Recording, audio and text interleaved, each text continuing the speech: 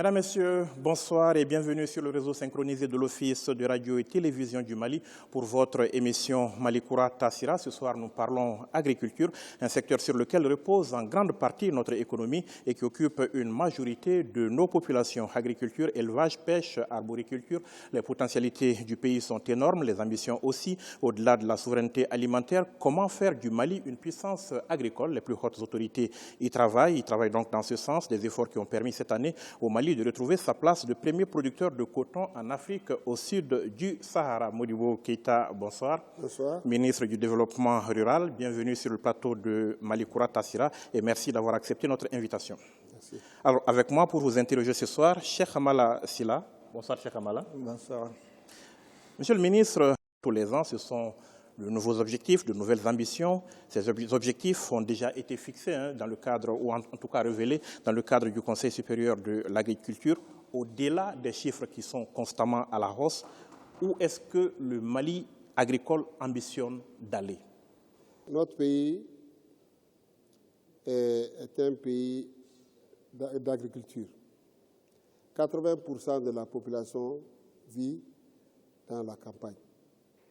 Donc, leur activité principale, c'est l'agriculture, l'élevage et la pêche. Mais malgré ce nombre très élevé, nous constatons que chaque année, malgré les gros efforts de l'État en matière de subventionnement, des intrants, des équipements, des semences, l'État importe bon an, mal an, une quantité complémentaire de céréales sur le marché international pour satisfaire la demande. Ça, c'est une situation qui mérite d'être abandonnée parce qu'on ne peut pas avoir un potentiel comme le nôtre et dépendre de l'extérieur. Parce que même les zones du Nord, qui sont considérées comme des zones désertiques, sont des zones très favorables à l'agriculture. L'agriculture de riz, l'agriculture de tubercules, l'agriculture de culture maraîchère. J'ai été agréablement surpris de constater qu'en République du Mali, la région de Tombouctou occupe la deuxième place en matière de production de riz et les tubercules qu'on trouve dans la zone septentrionale sont de meilleure qualité que les tubercules comme la pomme de terre qu'on trouve à Sigassou. Donc c'est une grande chance pour nous. Le seul problème auquel on est confronté, c'est la maîtrise de l'eau. Et dans notre politique, des dispositions sont prises, sont en cours et sont envisagées pour que l'on puisse aussi maîtriser, notamment par l'utilisation des nouvelles technologies dans notre agriculture. Si vous le permettez, mais l'ambition dans l'immédiat, c'est quoi? L'ambition, c'est nous autosuffire et exporter l'excédent. Monsieur le ministre, quelles sont les grandes actions et les initiatives que vous avez prises depuis votre arrivée au niveau du département? Dès mon arrivée au niveau du département, c'était d'abord d'organiser la distribution de l'engrais subventionné pour éviter les déperditions que nous connaissons aujourd'hui. En même temps, les actions essentielles qu'on est en train de mettre en œuvre tirent leur quintessence dans la loi d'orientation agricole. Cette loi existe depuis 2006. Il y a des dispositions pertinentes qui peuvent permettre de développer l'agriculture en matière d'organisation des acteurs, en matière d'autonomisation des acteurs, en matière de développement de certaines filières qui ne sont pas du tout mises en œuvre. Donc, on s'est dit qu'en essayant de mettre ces dispositions pertinentes en œuvre, on pourrait trouver une réponse à ces problèmes.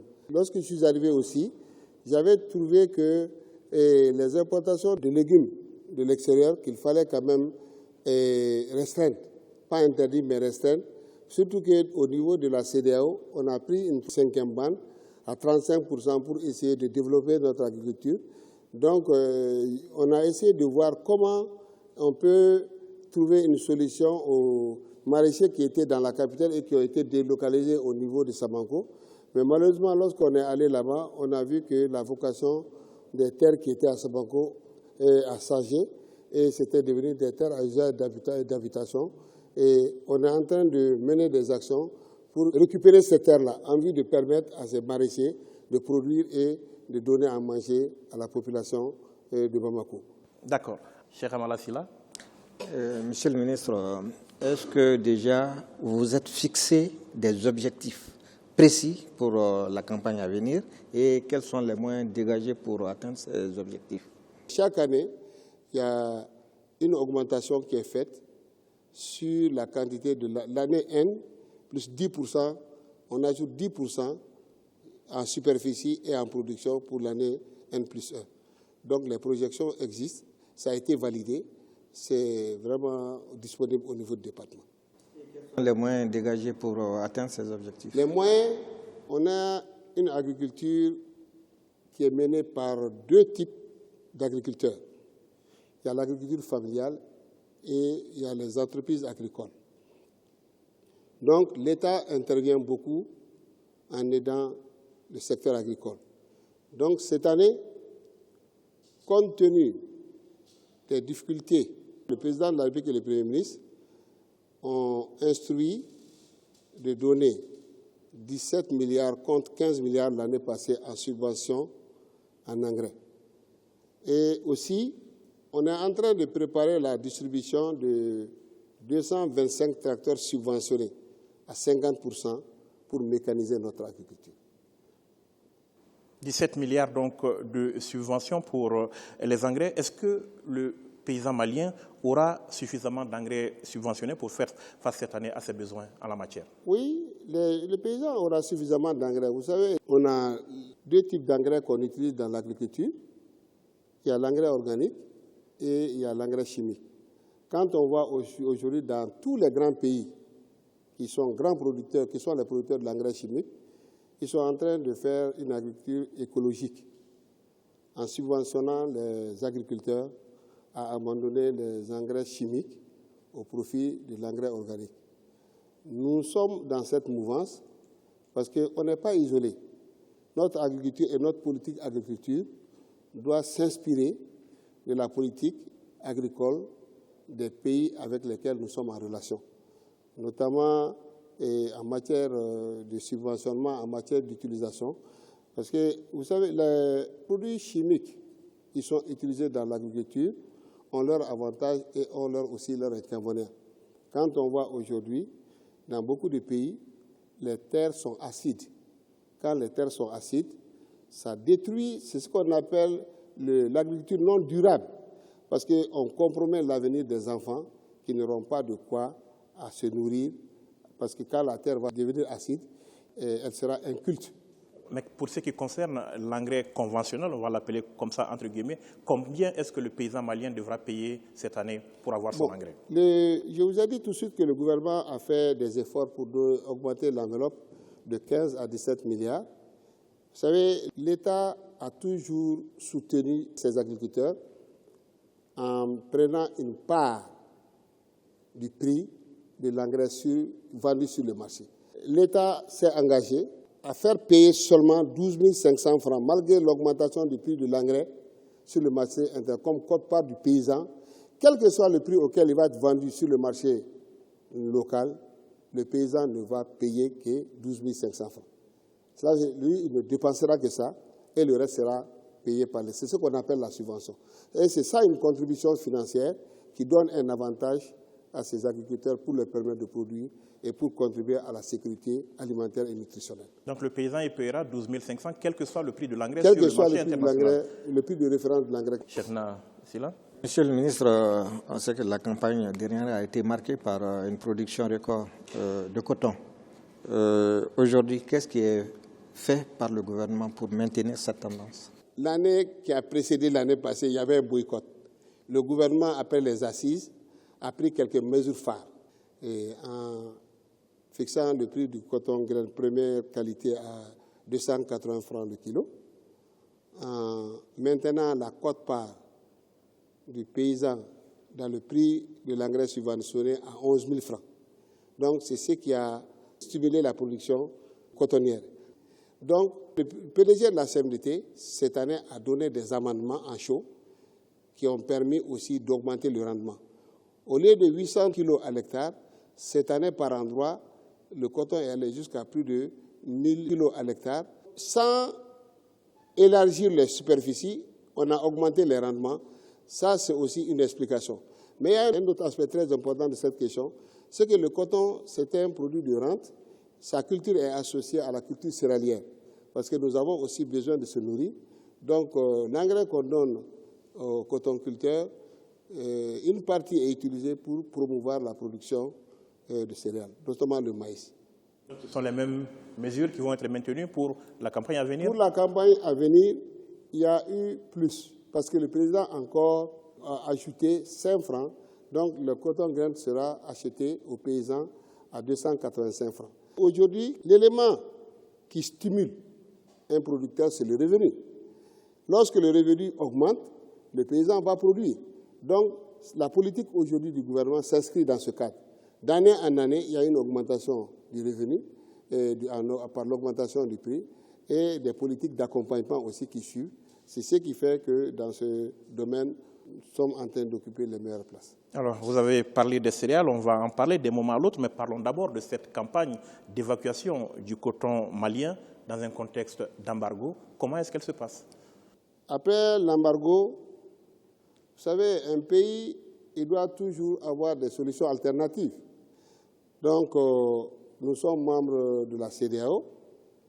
Tous les États de la CEDEAO, excepté la Guinée, ont pris la décision de prendre certaines mesures restrictives contre le Mali, notamment dans le domaine commercial.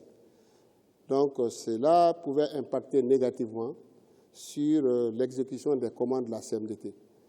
Mais avec les mesures phares prises par le gouvernement, avec l'appui du président de la République et du Premier ministre, des délégations ont été envoyées au niveau de la Mauritanie, qui n'est pas membre de la CEDEAO, et la Guinée aussi qui a pris la décision de ne pas s'inscrire dans la logique de la CEDEAO en laissant ses frontières terrestres et aériennes ouvertes pour le Mali. Donc, à travers ces 2 ports, des dispositions ont été prises et nous sommes en train d'évacuer notre cordon qui transitera par là-bas pour aller au niveau des acheteurs. Vous espérez évacuer l'ensemble de la production par ces 2 canaux? Bien sûr qu'aujourd'hui, nous sommes un pays continental. Vous savez, chacun doit essayer de transformer ses contraintes en avantages. Nous avons 7 pays qui nous entourent. Et il y a seulement 2 qui sont des pays continentaux comme nous. Les autres, c'est des pays côtiers. Bon, si on met en compétition ces ports, c'est nous qui allons gagner parce que nous sommes grands utilisateurs de ces ports. Il faut essayer de réorienter, de réorganiser tout ça pour que nous ne soyons plus jamais dépendants d'un port ou de 2 ports. Qu'on aille dans les ports qui nous donnent les avantages comparatifs. C'est ce qui nous permet, nous, aujourd'hui, de gagner au niveau du commerce international.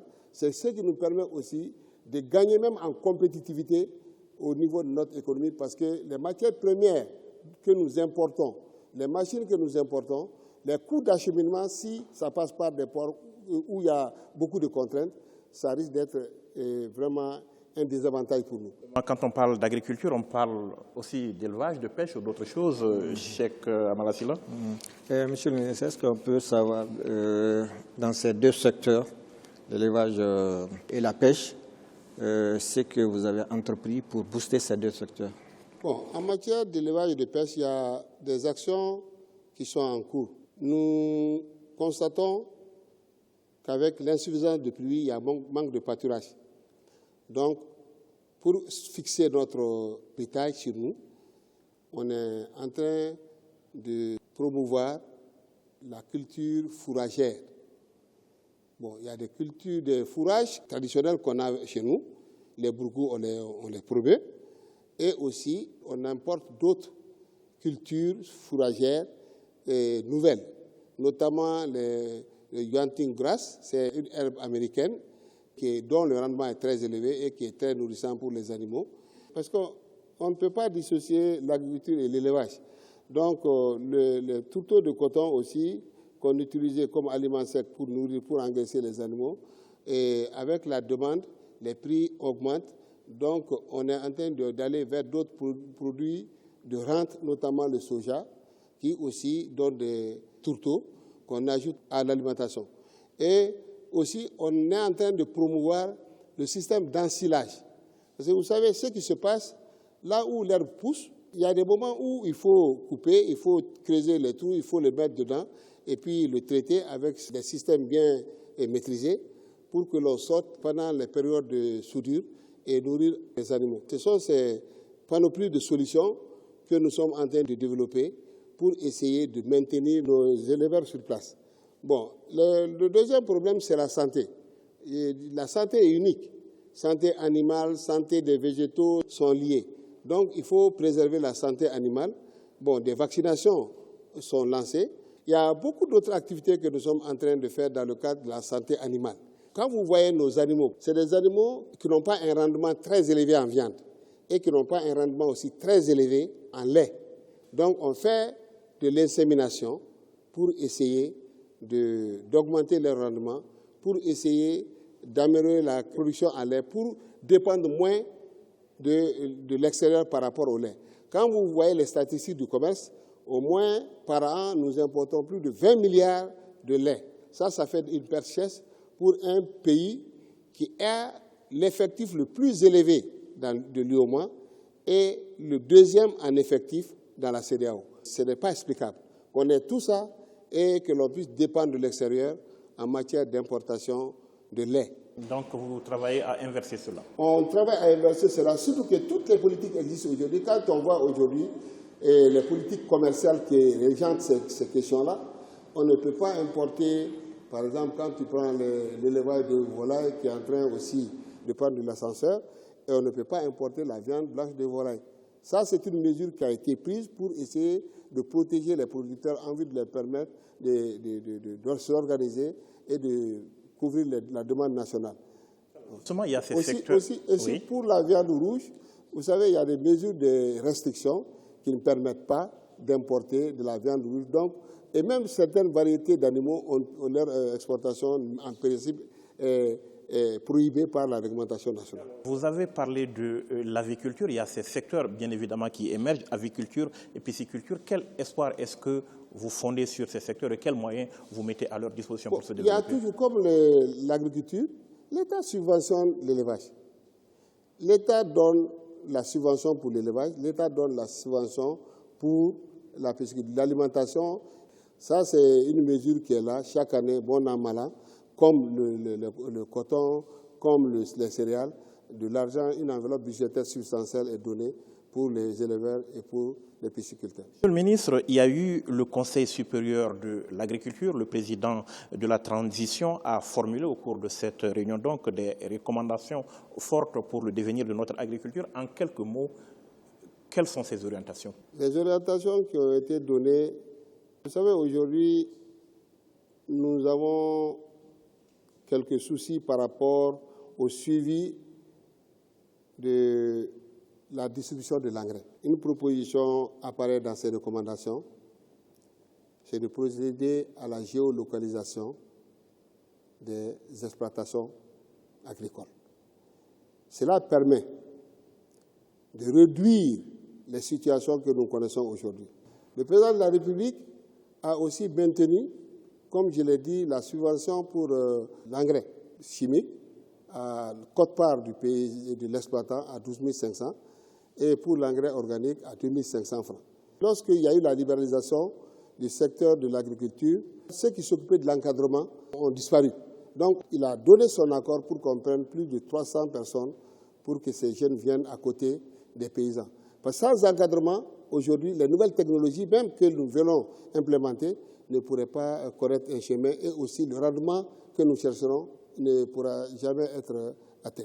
Aussi, le président a instruit de promouvoir la culture de soja, un produit émergent du sésame et le blé. Surtout qu'aujourd'hui, en Ukraine, c'est l'Ukraine qui est grand et la Russie qui sont les grands exportateurs. Cette spéculation, le prix augmente partout. Nous avons un potentiel en l'office du Niger. On a un potentiel au niveau du nord, à Diré. Et nous allons cette année, en collaboration avec l'IR, les démarches sont déjà en cours pour que nous ayons des semences adaptées qu'on pourrait promouvoir cette année au niveau de l'Office du GIET, dans la partie nord de l'Office du GIET. Cheikh Amala Sylla. Monsieur le ministre, en parlant de mécanisation, quelles sont les actions déjà en cours pour l'introduction de nouvelles technologies ou l'acquisition de moyens pour développer la mécanisation de notre agriculture actuelle? Vous savez, chaque année, il y a toujours un budget au Fonds national de l'agriculture, au niveau de la loi d'orientation agricole, et qui est un outil très important, malheureusement, qui n'est pas mis en œuvre. C'est actuellement qu'on est en train de faire beaucoup d'efforts pour les dispositions pertinentes qui sont dedans, qui permettent de développer l'agriculture, de les mettre en œuvre pour pouvoir, notamment l'équipement des agriculteurs.